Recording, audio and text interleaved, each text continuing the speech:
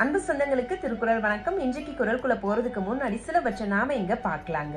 அதாவது பொருட்பாலி 47வது அதிகாரம் தெரிந்த செயல் வகை மிக அழகாக தெளிவாக பார்த்து கொண்டிருக்கிறோம். ஒவ்வொரு குறளையும் திருவள்ளுவர் அவர்கள் மிக அழகாக செதுக்கியிருக்கிறார். அதை நாம் கேட்டுக்கொண்டிருக்கிறோம். இந்த குறளில் எதை கூறப்போகிறார் என்று பார்க்கலாம். நம் வாழ்க்கைக்கு ஏற்ற குறளாக இது இருக்கும். கேடுகள் எதனால் வருகிறது என்று ஒரு கேள்வி எழுகிறது. அதாவது செய்யக்கூடாதவற்றை செய்தால் கேடு வரும், செய்ய வேண்டியவற்றை செய்யாமல் விட்டாலும் கேடு வரும் என்று மிக அழகாக பதிலளிக்கிறார். செய்யக்கூடாதவை செய்யக்கூடியவை எது என்று ஒரு கேள்வி வருகிறது. மிக அழகாக இதற்கும் பதிலளிக்கிறார். செய்யக்கூடாதவை என்று பார்த்தால் பெரும் முயற்சிகளில் ஈடுபடக்கூடிய காரியத்தை செய்யக்கூடாதாம். பலன் வருமா வராதா என்ற சந்தேகம் இருந்தாலும் செய்யக்கூடாதாம். பலன் சிறிது என்றாலும் செய்யக்கூடாதாம். பலனே இல்லை என்றாலும் செய்யக்கூடாதாம். துயர் வரும் என்று இருந்தால் அந்த காரியத்தை செய்யக்கூடாது என்று குறிப்பிடுகிறார். செய்யக்கூடியவை என்ற கேள்விக்கு இதன் மறுதலை என்று பதிலளிக்கிறார். இன்று நாம் பார்க்க வேண்டிய குறள் எண் 466.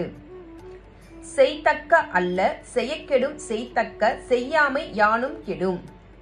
செய்யக்கூடாதவற்றை செய்தாலும் கெடும், செய்யக்கூடியவற்றை செய்யாமல் விட்டாலும் கெடும் என்பதே இதன் பொருளாகும். இந்த குறளில் எதை கூறப்போகிறார் என்று பார்க்கலாம். தெள்ளிய மொழியின் செம்மை தெவிட்டாத இனிய நூலாம் திருக்குறள். அள்ளி பருகி பார்த்தால் 1000 மகிமைகள் உண்டு. திருக்குறளை நாம் தமிழ் பாடமாக படிக்காமல் வாழ்க்கை பாடமாக படித்தால் நம்முடைய வாழ்க்கை வளமானதாக இருக்கும் என்பதில் மாற்று கருத்தே கிடையாது. இந்த குறளில் திருவள்ளுவர் அவர்கள் எதை கூறப்போகிறார் என்று பார்க்கலாம். எண்ணி துணிய வேண்டும் என்று குறிப்பிடுகிறார்.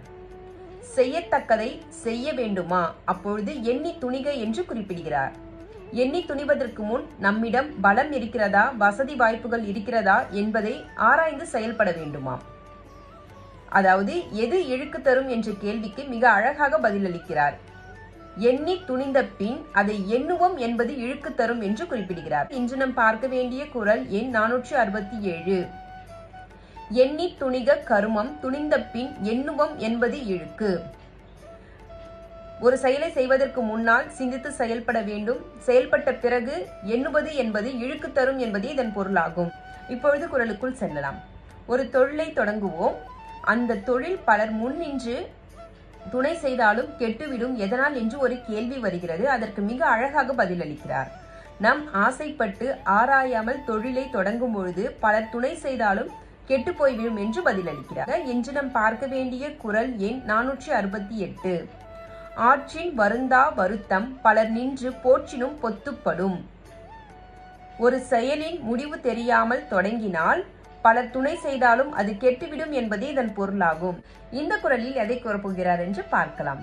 திருவள்ளுவர் யதார்த்தமானவர் என்பது நம் எல்லோருக்கும் தெரிந்த ஒன்றுதான். இந்த குறளில் அப்பட்டமாக புலப்படும். திருக்குறளின் நோக்கம் நல்லது செய்வதுதான். அறநூல் அதைதான் சொல்லும். திருவள்ளுவர் எதை சொல்கிறார் என்று பார்க்கலாம். நீ எல்லோருக்கும் நல்லது செய்ய வேண்டும் என்று துவங்காது என்று குறிப்பிடுகிறார். நீ செய்யக்கூடிய நன்மை என்பது பெறக்கூடிய தகுதி உள்ளவனுக்கு செய்ய வேண்டும் என்று குறிப்பிடுகிறார். தகுதி இல்லாதவனுக்கு செய்தால் அவன் நன்மையையும் சிதைத்து நம்மையையும் சிதைத்து விடுவான், தவறாக சென்று விடும் என்று குறிப்பிடுகிறார்.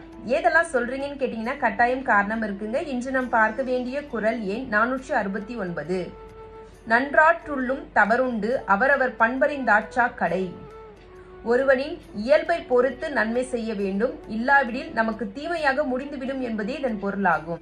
ஒரு காரியத்தை எவ்வாறு செய்ய வேண்டும், எப்படி செய்ய வேண்டும், எவ்வாறெல்லாம் ஆராய்ச்சி செய்ய வேண்டும், யாருடன் சிந்திக்க வேண்டும் என்றெல்லாம் சொல்லிக் கொண்டு வந்தவர் நிறைவு குறளில் ஒன்றை குறிப்பிடுகிறார். உலகம் சிரிக்கும்படி ஒரு முயற்சியை அரசன் செய்யக்கூடாது என்று குறிப்பிடுகிறார். செய்தால் என்ன நடக்கும் என்ற கேள்விக்கு மக்கள் இகழ்வார்கள் என்று பதிலளிக்கிறார். இன்று நாம் பார்க்க வேண்டிய குறள் எண் 470. எல்லாத எண்ணி செயல் வேண்டும் தம்மோடு கொல்லாது உலகு. தம் தகுதிக்கு ஏற்றவாறு ஒரு செயலை செய்ய வேண்டும். அப்படி செய்யாத பட்சத்தில் மக்கள் இகழ்வார்கள் என்று எண்ணி செயல்பட வேண்டும் என்பதே இதன் பொருளாகும். நாளை சந்திப்போம். நன்றி, வணக்கம்.